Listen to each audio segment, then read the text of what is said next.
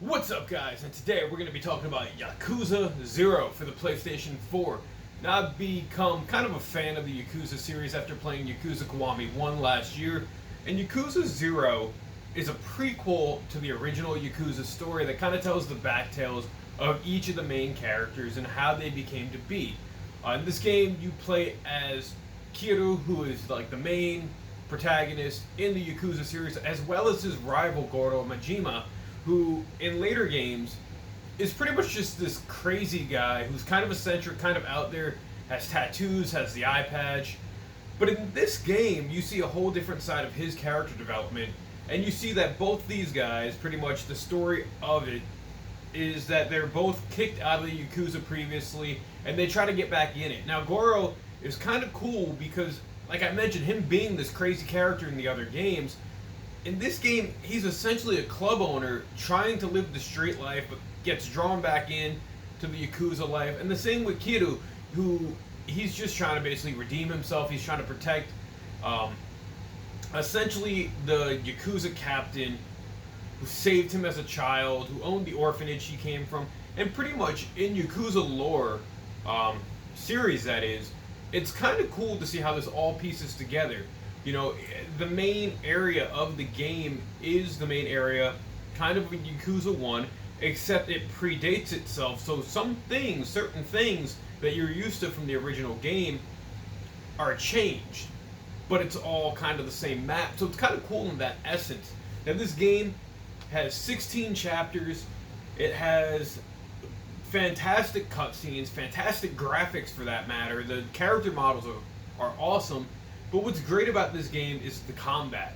So when it comes down to it, the combat in Yakuza, to me, plays a lot like Virtual Fighter does, which is fine because Sega makes the series. And Yakuza had always been kind of known as the spiritual successor to Shenmue. And you kind of can see that in certain aspects of how the character development is, how as much as it's very action-based, it's also very story-driven. And the story in this game, Yakuza 0, as I drop it, is written perfectly. It does a great job to tell the backstory of everything, as I mentioned, but it also does a great job to also not make it just seem like a filler game. This game feels like a full-fledged Yakuza game all its own. I know sometimes prequels don't do that. I'm very pleased with playing this game. You know, you have different fighting styles you can get, and then by the money you have, you can level it up. You can also learn different moves by going to, like, your trainers that you have. There's also different tasks for you to complete throughout the game, and you can use those completion points to basically level up your character in a way that the skill set money, like, tree wouldn't let you do, which is awesome. There's a lot of different side quests, a lot of different side stories, and the one thing that's fun about Yakuza is where the main story is kind of serious, the side stories don't take themselves all that serious. There's a lot of comedy, a lot of funny dialogue that happens, and just a lot of stuff that the main characters, it kind of humanizes them to an extent, because throughout the main story, a lot of times they're just very serious people, and by getting hit with these comedic, like, side quests, it kind of makes you chuckle at points, because they're there wondering how they got themselves into this situation in certain extents. As I mentioned, the game itself plays awesomely by unlocking different moves, by getting stronger.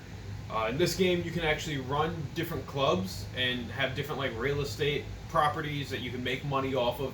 And in its sense, I think Sega has done a great job with the Yakuza series. From the games I've played so far, and this is only the second, and I have two more that I want to play through, but the games themselves, they never feel long, they never feel strainy. This game, main story, took me about 25 hours to complete, which makes it feel like a great, like, full-fledged game, and it's not too short. It's right at kind of a great length, but I think if I were to have gone back and done all the side quests and all that, the game would probably be about a 40-hour game. I had been long told that Yakuza was basically the Japanese Grand Theft Auto, which I don't feel that at all. This game in itself, to its benefit, isn't as large of a scope as GTA is, but at the same time, it creates this universe that's full of emotion. The game itself plays with your emotion because there's a lot of violence, but it's a lot of like in the cutscenes like calculated violence. It's Yakuza mafia violence, but it toys with you. Um, at least it did with me. When certain things happen, I was really like cringeworthy at some points, and the game really just makes you feel emotionally tied to it. And I think this is a game that's great to play, and it's beautiful. It looks great playing on a PlayStation 4 on a 4K TV, and I have still an original like PS4. So I wasn't even playing the 4K enhanced versions of it, even though this isn't actually enhanced for PlayStation 4 Plus. But it just looks fantastic, guys. And I think you should check this one out if you've never played a Yakuza game. One thing it does at the end, which is cool, is during the credits, it's not really a spoiler, but it gives you that little timeline of since this happened, this is where this clan leader is, this is where this family member is, this is where Kiryu and Majima have ended up. It's just kind of cool in the sense that it gives you that lore, and it does such a great job telling the story. That's my thoughts on Yakuza 0, guys. If you've played it, leave your thoughts down in the comment section below. As always, thank you for watching the video. Like, share, subscribe. Until next time, go check this one out. I'll catch you later. See you, bye.